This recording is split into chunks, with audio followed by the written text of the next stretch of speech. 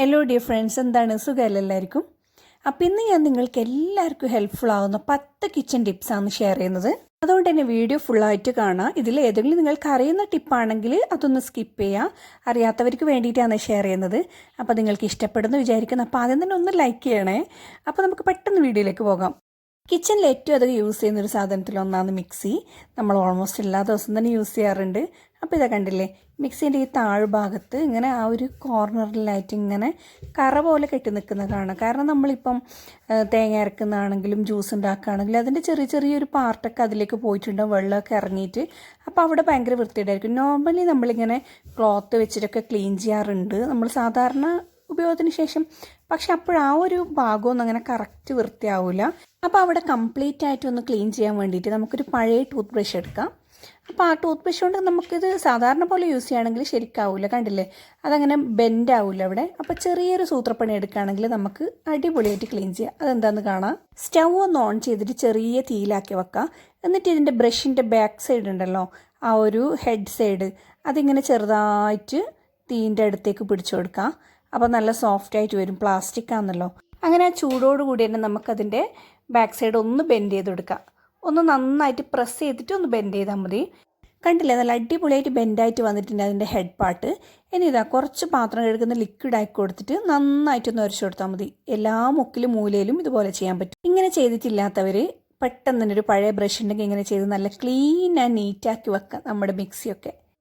അടുത്ത ടിപ്പ് നമ്മുടെ മിക്സിയായിട്ട് ബന്ധപ്പെട്ട് തന്നെ, കണ്ടില്ലേ, നമ്മുടെ മിക്സീൻ്റെ ബ്ലേഡ് ഉണ്ടല്ലോ, ഓൾമോസ്റ്റ് എല്ലാ ദിവസവും നമ്മൾ യൂസ് ചെയ്യുന്നതുകൊണ്ട് തന്നെ അതിൻ്റെ മൂർച്ച പോകാൻ നല്ല ചാൻസാണ്. അപ്പോൾ ഒന്നുകൂടി ഷാർപ്പ് ചെയ്യാൻ വേണ്ടി അതിൻ്റെ ബ്ലേഡ് നമുക്കിതുപോലെ മുട്ടത്തോടുണ്ടെങ്കിൽ ഇതിലേക്ക് ഇട്ട് കൊടുക്കാം. അപ്പോൾ ഇവിടെ എൻ്റെ അടുത്ത് ഒരു മുട്ടത്തോട് മാത്രമേ ഉള്ളൂ. ഇവിടെ പറ്റുകയാണെങ്കിൽ ഒരു 3-4 മുട്ടത്തോടൊക്കെ ഇതിലേക്കിട്ട് കുറച്ച് വെള്ളം ഒഴിച്ചിട്ട് നന്നായി ഒന്ന് അടിച്ചെടുക്കാം. അപ്പോൾ അതിൻ്റെ ബ്ലേഡൊക്കെ നല്ല ഷാർപ്പായിട്ട് വരികയും ചെയ്യും. നമ്മൾ ഈ അടിച്ചെടുത്ത മുട്ടത്തോടും വെള്ളവും നമുക്ക് വല്ല ചെടിക്ക് ഒഴിച്ചു കൊടുത്തിട്ടുണ്ടെങ്കിൽ നല്ല ഗുണമാവുകയും ചെയ്യും. അപ്പോൾ ഈ ഒരു കാര്യം ഇടയ്ക്ക് ചെയ്യുകയാണെങ്കിൽ നമ്മളെ ബ്ലേഡ് ഒന്നും നല്ല ഷാർപ്പായിട്ട് തന്നെ ഉണ്ടാവും. അടുത്ത ടിപ്പ് എന്ന് പറയുന്നത് നമ്മുടെ കത്തി. ഇതാ, കത്തിക്ക് മൂർച്ചയാക്കില്ലാന്നേ. പല വീട്ടിലും നമുക്കറിയാം 10-15 കത്തിയൊക്കെ ഉണ്ടാവും. പലതിലും മൂർച്ച ഉണ്ടാവില്ല, ആകെ യൂസ് ചെയ്യാൻ പറ്റുന്ന ഒന്ന് മാത്രമേ ഉണ്ടാവും. അപ്പോൾ ഇതാ ഒരു കഷ്ണം മാർബിൾ അല്ലെങ്കിൽ ഒരു പീസ് ടൈൽസ് ഇങ്ങനെ നമ്മളെ കിച്ചണിൽ എടുത്ത് വെച്ചിട്ടുണ്ടെങ്കിൽ നമ്മൾ എന്ത് കട്ട് ചെയ്യുന്നതിന് മുമ്പിൽ ഒന്ന് ഉരച്ചു കൊടുക്കുക ആ സൈഡിൽ. അപ്പോൾ നല്ല മൂർച്ചയായിട്ട് നമുക്ക് നല്ല അടിപൊളിയായിട്ട് കട്ട് ചെയ്യാൻ പറ്റും. നമുക്ക് തന്നെ അറിയാമല്ലോ, കട്ട് ചെയ്യുന്ന സമയത്ത് മൂർച്ചയില്ലെങ്കിൽ ഒരു വല്ലാത്തൊരു അസ്വസ്ഥതയായിരിക്കും നമുക്ക് കട്ട് ചെയ്യുമ്പോൾ. അപ്പോൾ നമ്മുടെ നാട്ടിലൊക്കെ ആണെങ്കിൽ ഇഷ്ടംപോലെ കിട്ടും. എവിടെയാണെങ്കിലും ഒരു കഷ്ണം ടൈൽ അല്ലെങ്കിൽ ഒരു പീസ് മാർബിൾ എടുത്ത് ഇങ്ങനെ കിച്ചണിൽ വെക്കാം. ഇനി അതും നിങ്ങൾക്ക് അവൈലബിൾ അല്ലെങ്കിൽ ഒരു കുഞ്ഞ് ടിപ്പും കൂടിയുണ്ട്. നമ്മൾ ചായ കുടിക്കാനൊക്കെ ഉപയോഗിക്കുന്ന ഈ സെറാമിക്കിൻ്റെ കപ്പ് ഉണ്ടല്ലോ, അതിൻ്റെ ബാക്ക് സൈഡിൽ കുറച്ച് റഫായിട്ടുണ്ടാവും. ആ ഒരു ഭാഗത്ത് നമുക്കിങ്ങനെ ഷാർപ്പ് ചെയ്യാൻ വേണ്ടി ഉപയോഗിക്കാം കത്തി. അപ്പോൾ ഇതാ അവിടെ ഇങ്ങനെ ചേരിച്ചിട്ട് ഉരച്ചു കൊടുത്തിട്ടുണ്ടെങ്കിൽ നല്ല ഷാർപ്പായി കിട്ടും. സെറാമിക്കിൻ്റെ കപ്പാണ് ഞാൻ പറഞ്ഞത്. ഇങ്ങനെ നമ്മൾ കത്തിക്ക് മൂർച്ച കൂട്ടുന്ന എന്തെങ്കിലും ഒരു സംവിധാനം നമ്മളെ കിച്ചണിൽ ഉണ്ടായിരിക്കണം. അടുത്തതായിട്ട് നമ്മൾ ഇതുപോലുള്ള കണ്ടെയ്നറിലാക്കി വെക്കുമല്ലോ, ഗ്ലാസിൻ്റെയും പ്ലാസ്റ്റിക്കിൻ്റെ ഒക്കെ പൊടികളായാലും പിന്നെ കടുക് അതുപോലുള്ള സാധനങ്ങളൊക്കെ കിച്ചണിൽ നമ്മളെ റാക്കിലും അതുപോലെ തന്നെ ഷെൽഫിലൊക്കെ ഉണ്ടാവില്ല ഇഷ്ടം പോലെ. അപ്പോൾ നമ്മൾ ഇതിൽ സ്പൂൺ ഇട്ടെടുക്കുന്ന സമയത്ത് നമ്മളിതിൽ 1/2 ടീസ്പൂൺ 1 ടീസ്പൂൺ എന്നൊക്കെ പറഞ്ഞെടുക്കുമ്പോൾ നമുക്ക് കറക്റ്റ് അളവ് മനസ്സിലാവില്ല. ചിലപ്പോൾ നമ്മൾ ഇങ്ങനെ കോരി എടുക്കുമ്പം ഫുള്ളായിട്ടായിരിക്കും വരിക, നമുക്ക് കറക്റ്റ് 1 ടീസ്പൂണിൻ്റെ അളവ് മനസ്സിലാവില്ല. അപ്പോൾ നമുക്ക് ആവശ്യത്തിന് എടുക്കാൻ വേണ്ടിയിട്ട് ഒരു കുഞ്ഞ് ടിപ്പുണ്ട്. ഈ കണ്ടെയ്നറിൻ്റെ ഒരു സൈഡിലായിട്ട് ഒരു ചെറിയൊരു പ്ലാസ്റ്റർ അങ്ങ് ഒട്ടിച്ചു കൊടുക്കാം. നമ്മളിതുപോലുള്ള പൊടികൾക്കാണേ ആവശ്യമുള്ളൂ. അപ്പോൾ മുളക് പൊടി, മല്ലിപ്പൊടി, മഞ്ഞൾപ്പൊടി അങ്ങനെ ഡെയിലി നമ്മൾ യൂസ് ചെയ്യുന്നത്. അപ്പോൾ നമ്മളിങ്ങനെ ഫുള്ളായിട്ട് എടുത്താലും അധികം വരുന്നത് അവിടെ ഇങ്ങനെ ജസ്റ്റ് ഒന്ന് ഉരച്ചു കൊടുത്തിട്ടുണ്ടെങ്കിൽ നമുക്ക് കറക്റ്റായിട്ട് കിട്ടും. അല്ലെങ്കിൽ നമുക്ക് ഇങ്ങനെ ഒരുപാടങ്ങ് അധികമായി പോവും. അപ്പോൾ ഞാൻ ആവശ്യമുള്ളതിന് മാത്രം ഈ ഒരു സ്റ്റിക്കർ ഇങ്ങനെ വെറുതെ വെച്ചിട്ടുണ്ടോ അവിടെ. അപ്പോൾ ഇതാ കണ്ടില്ലേ, നമ്മൾ ഫുള്ളായിട്ട് അങ്ങ് കോരി എടുത്തിട്ട് ആവശ്യമുള്ളത്ര അങ്ങ് തട്ടിക്കൊടുത്താൽ മതി. അടുത്തതായിട്ട് നമ്മളെ വികാരമാണല്ലോ മലയാളികളുടെ ഒരു ചായ കുടിക്കുക എന്നുള്ളത്. അപ്പോൾ കട്ടൻ ചായ ആയാലും പാൽ ചായ ആയാലും നമുക്ക് എന്തായാലും ചായപ്പൊടി വേണം. അപ്പോൾ ഇത് വാങ്ങിയ ഉടനെ തന്നെ ആ ഒരു ഡബ്ബയിലേക്ക് നമ്മളിതുപോലെ ക്രഷ് ചെയ്ത് വെച്ചിട്ടില്ലേ ഏലക്കായൻ്റെ തോടുണ്ടെങ്കിൽ അത് കുറച്ചെടുക്കാം. എന്നിട്ട് ഈ ചായപ്പൊടിയിലേക്ക് ഇട്ടിട്ട് നന്നായി ഒന്ന് ഷേക്ക് ചെയ്ത് കൊടുക്കാം. അങ്ങനെ നന്നായിട്ടത് മിക്സ് ആവും. നമ്മൾ ഓരോ പ്രാവശ്യം ചായ ഉണ്ടാക്കുമ്പം അതിൽ ഏലക്കായ് പൊടി ചേർക്കുകയോ അല്ലെങ്കിൽ ഏലക്കായ് ഇടുകയോ ഒന്നും വേണ്ട. ഇതിൻ്റെ സ്മെല്ലങ്ങ് ഇതിലേക്ക് പിടിച്ചോളും. നമ്മൾ ചായപ്പൊടി വാങ്ങിയ ഉടനെ തന്നെ അതിലേക്കൊന്ന് പൊടിച്ചിട്ട് ഇട്ട് കൊടുത്താൽ മതി. അടുത്ത ടിപ്പ് എന്ന് പറയുന്നത് നമ്മൾ ഡെയിലി യൂസ് ചെയ്യുന്ന ഇതുപോലുള്ള അരിപ്പകൾ. പ്രത്യേകിച്ച് നമ്മളിതാ ചായൻ്റെ കാര്യം പറഞ്ഞതേ ഉള്ളൂ. ചായ കുടിക്കുമ്പോൾ മിക്കവാറും വീട്ടിലുള്ള അരിപ്പൻ്റെ പോലെ ഇങ്ങനെ തന്നെയായിരിക്കും. കണ്ടില്ലേ, ഇതൊരു മെറ്റലിൻ്റെ അരിപ്പയാണ്, അതുപോലെ തന്നെ മറ്റേത് പ്ലാസ്റ്റിക്കിൻ്റെ, രണ്ടും നന്നായി കറ പിടിച്ചിട്ടുണ്ട്. അപ്പോൾ ഞാൻ മുമ്പൊരു വീഡിയോയിൽ കാണിച്ചിട്ടുണ്ട്, എന്നാൽ കൂടി ഇപ്പോൾ ഷെയർ ചെയ്യുന്നത്. പിന്നെ ഇതുപോലുള്ള ഇങ്ങനെ എന്താ പറയേണ്ടത്, നമ്മൾ എണ്ണയിൽ നിന്നൊക്കെ കോരുന്ന സംഭവങ്ങൾ എന്നും ഇങ്ങനെ കോരുമ്പോൾ അതിന് ജസ്റ്റ് ഒരു കറ പിടിച്ചിട്ടുണ്ടാവും. ഈ കറയൊക്കെ നമുക്ക് പെട്ടെന്ന് കളയാൻ വേണ്ടി ഒരാഴ്ചക്ക് ഒരു പ്രാവശ്യം ഇങ്ങനെ ചെയ്ത് നോക്കണേ. ഇതിന് വേണ്ടിയിട്ട് നല്ല തിളച്ച വെള്ളമാണ് ഇവിടെ സ്റ്റീലിൻ്റെ കപ്പിലേക്ക് എടുക്കുന്നത്. അപ്പം നല്ല കുഴിയില്ല സ്റ്റീലിൻ്റെ ഏതെങ്കിലും ഒരു പാത്രം എടുക്കാം. ഇതിലേക്ക് ഒറ്റൊരു കാര്യം മാത്രം ആഡ് ചെയ്താൽ മതി, ഒരു 2-3 ടേബിൾ സ്പൂൺ അളവിൽ ക്ലോറക്സ്. അപ്പോൾ ഈ ഒരു സംഭവമാണ് നമ്മുടെ മാജിക്കലായിട്ട് ക്ലീൻ ചെയ്യാനുള്ള സംഭവം. അപ്പോൾ അത് പണ്ടേ നമ്മുടെ നാട്ടിലൊക്കെ ഉപയോഗിച്ച് വരുന്നതാണ്. അപ്പോൾ ആ ഒരു തിളച്ച വെള്ളത്തിലേക്ക് ഒഴിച്ചു കൊടുക്കാം. അതിനുശേഷം ഏതൊക്കെയാണോ നമുക്ക് ക്ലീൻ ചെയ്യേണ്ടത് ആ സംഭവങ്ങളൊക്കെ ഇട്ട് കൊടുക്കാം. പിന്നെ ഒരു കാര്യം പ്രത്യേകം ശ്രദ്ധിക്കുക, നമ്മൾ പ്ലാസ്റ്റിക്കിൻ്റെ അരിപ്പ പറഞ്ഞല്ലോ, അത് ഈ തിളച്ച വെള്ളത്തിലേക്ക് ഇട്ട് കൊടുക്കാൻ പാടില്ല. ഇത് കുറച്ച് ചൂട് പോയതിന് ശേഷം മാത്രം ഇടാം. അപ്പോൾ നമ്മുടെ സ്റ്റീലിൻ്റെ അരിപ്പയും ബാക്കിയുള്ള കാര്യങ്ങളൊക്കെ ഇതിലൊരു 10 മിനിറ്റ് ഒന്ന് ഡിപ്പ് ചെയ്ത് വെച്ചാൽ മതി. എന്നിട്ട് നമ്മുടെ ഡിറ്റർജൻറ്റ് ഉപയോഗിച്ചിട്ട് ഒന്നും അരച്ച് കഴുകിയാൽ മതി. നല്ല അടിപൊളിയായിട്ട് വെട്ടി തിളങ്ങിയിട്ടുണ്ടാവും. അധികം മെനക്കേടൊന്നുമില്ല.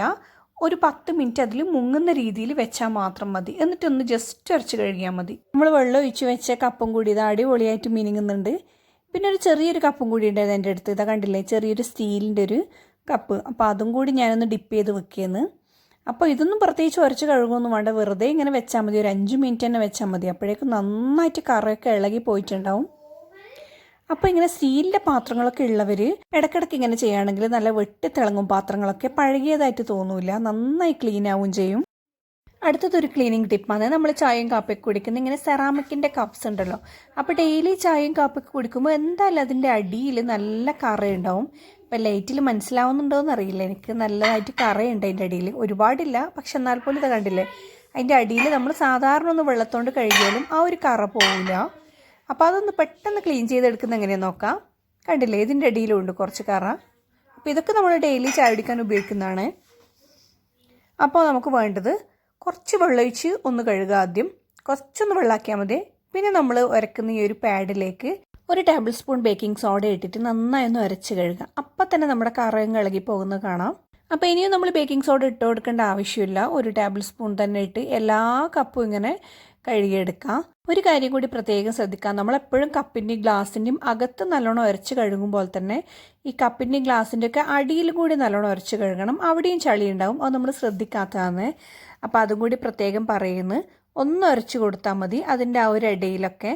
കണ്ടില്ലേ, ഈ ഒരു അടിവശം നല്ലോണം ചളി ഉണ്ടാവാൻ സാധ്യതയുണ്ട് നമ്മൾ ഡെയിലി കഴുകുന്നില്ലെങ്കിൽ. അപ്പോൾ ബേക്കിംഗ് സോഡ ഇട്ട് നന്നായി ഒന്ന് ഉരച്ച് കൊടുക്കുക. അപ്പോൾ അതിൻ്റെ ഒരു കളറൊക്കെ മാറിക്കിട്ടും.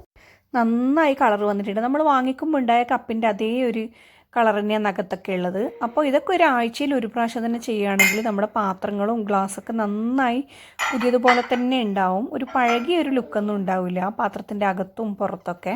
അടുത്തതൊരു ക്ലീനിങ് ടിപ്പ് തന്നെയാണ്. അത് ചെറിയ പാത്രമല്ല, കുറച്ച് വലിയ നമ്മൾ എന്നും ഉപയോഗിക്കുന്ന കുക്കർ, അതുപോലെ തന്നെ ഇതാ ചീനച്ചട്ടി, ഇതുപോലെയുള്ളതിൻ്റെ അടി നമുക്കറിയാമല്ലോ. നമ്മൾ സാധാരണ ഒന്ന് ഉരച്ച് കഴുകിയിട്ടുണ്ടെങ്കിലും ഈ ചീനച്ചട്ടിയൊക്കെ ഡെയിലി നമ്മൾ എണ്ണ യൂസ് ചെയ്യുന്നതുകൊണ്ട് തന്നെ അതിനിടയിൽ എപ്പം കരിഞ്ഞിട്ടായിരിക്കും ഉണ്ടാവുക.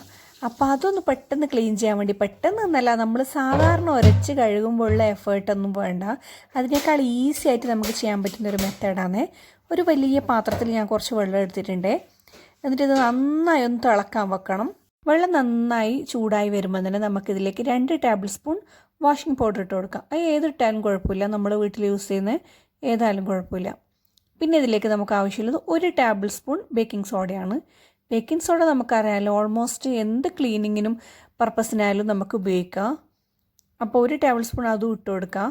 പിന്നെ ഇതിലേക്ക് 1 ടേബിൾ സ്പൂൺ വിനെഗറാണ് ആവശ്യമുള്ളത്. അപ്പം വിനെഗർ കഴിഞ്ഞിട്ടാണ് ഉള്ളതിൻ്റെ അടുത്ത്. അപ്പം ഞാൻ ആപ്പിൾ സൈഡർ വിനെഗറാണ് ഇതിലേക്ക് യൂസ് ചെയ്യുന്നത്. അത് കുഴപ്പമില്ല, ഏതായാലും മതി. അവസാനമായിട്ട് ചേർത്ത് കൊടുക്കേണ്ട 1 നാരങ്ങേൻ്റെ നീരാണ്. അപ്പം ഞാൻ 1 നാരങ്ങ യൂസ് ചെയ്തിട്ടുണ്ടായിരുന്നു. അപ്പോൾ അത് ഓൾറെഡി സ്ക്വീസ് ചെയ്തതാണ്. അപ്പോൾ അത് അങ്ങനെ തന്നെ തോലോട് ഇട്ട് കൊടുക്കുക ചെയ്തത്. അപ്പോൾ നമുക്കിതിൽ ആഡ് ചെയ്യുന്ന ഓരോരോ സംഭവങ്ങൾ അറിയാം. ബേക്കിംഗ് സോഡ ആയാലും അതുപോലെ തന്നെ വിനെഗർ, ലെമൺ എല്ലാം നമ്മൾ സെപ്പറേറ്റ് ആയിട്ട് തന്നെ ക്ലീനിങ്ങിന് ഉപയോഗിക്കുന്നത്. അപ്പോൾ ഒന്നിച്ച് നമ്മൾ ഇതെല്ലാം ഇട്ട് ചെയ്യുമ്പം നല്ലൊരു റിസൾട്ടാണ് കിട്ടുന്നത്. പ്രത്യേകിച്ച് നമ്മളിങ്ങനെ ഒരുപാട് നാളായിട്ട് അടിയൊന്നും തേച്ച് കഴുകാത്ത പാത്രങ്ങളൊക്കെ ആകുമ്പം പെട്ടെന്ന് ഇളകി കിട്ടും നമുക്കതിൻ്റെ കറ. അപ്പോൾ ഇതാ നല്ലവിടെ വെട്ടി തിളക്കുന്നുണ്ട്. അപ്പോൾ ഇതാ ഈ ഒരു ടൈമിൽ തന്നെ നമുക്ക് ഇങ്ങനെ ചട്ടി അതിലേക്ക് ഇട്ട് കൊടുക്കുക. അപ്പോൾ ഞാൻ ഓഫ് ചെയ്തിട്ടുണ്ട് ഫ്ലെയിം. ഇതാ പ്രത്യേകിച്ച് ഈ ഒരു അടിഭാഗം അവിടെ നമുക്ക് തട്ടുന്ന രീതിയിൽ വെച്ച് കൊടുക്കുക. അതിൻ്റെ അടിവശത്തും എല്ലായിടത്തും ആ വെള്ളം നന്നായി ഒന്ന് പിടിച്ചെന്ന് കണ്ടാൽ ഒരു 10 മിനിറ്റ് അതുപോലെ വെക്കാം. പിന്നെ നമുക്ക് നല്ല സ്റ്റീൽ വോൾ ഇട്ടിട്ട് നന്നായി ഒന്ന് തുടച്ചെടുക്കാം. അപ്പോൾ നമ്മൾ ഒറ്റയടിക്ക് അങ്ങ് തുടച്ചെടുക്കണ്ട, ഫസ്റ്റ് ഒന്ന് തുടക്കാം, പിന്നെ ഒരു 5 മിനിറ്റ് കഴിഞ്ഞ് പിന്നെയും തുടക്കാം. അപ്പോൾ പ്രത്യേകം ശ്രദ്ധിക്കാൻ, നമ്മൾ ഇതുപോലുള്ള കരിയുള്ള ചട്ടിയൊക്കെ തുടച്ചെടുക്കുമ്പം ഗ്ലൗസ് ഇടാൻ മറക്കാൻ പാടില്ല. അല്ലെങ്കിൽ നമ്മൾ ചട്ടീൻ്റെ അടിയൊക്കെ നന്നായി ഒന്ന് കഴുകിയെടുക്കുമ്പോഴേക്കും നമ്മുടെ കൈ ഒരു കോലത്തിലായിട്ടുണ്ടാവും. അതുമല്ല നമ്മൾ സ്റ്റീൽ വോളൊക്കെ ഇട്ടിട്ട് കുറേ സമയം ഉരക്കുന്നത് കൊണ്ട് നമ്മുടെ സ്കിന്നൊക്കെ ഒന്ന് ഡാമേജ് ആവാൻ നല്ല ചാൻസ് ഉണ്ട്. അതുകൊണ്ട് തന്നെ ഇതേപോലെയുള്ള ഡീപ്പ് ക്ലീനിങ്ങിന് ഇറങ്ങുമ്പോൾ പ്രത്യേകിച്ച് ഗ്ലൗസ് ഇടുന്നത് നല്ലതായിരിക്കും. അപ്പോൾ ഇതാ ഞാൻ കുറച്ച് വെള്ളം കൂടി എടുത്തിട്ട് ഒരിളം ചൂടോടെ തന്നെ. അപ്പോൾ നമുക്ക് ആദ്യം സിങ്ക് നല്ലോണം വൃത്തിയാക്കാം. ഇവിടെ വെച്ചിട്ടില്ലേ നമ്മൾ പാത്രം കൂടി ക്ലീൻ ചെയ്തെടുക്കേണ്ടത്.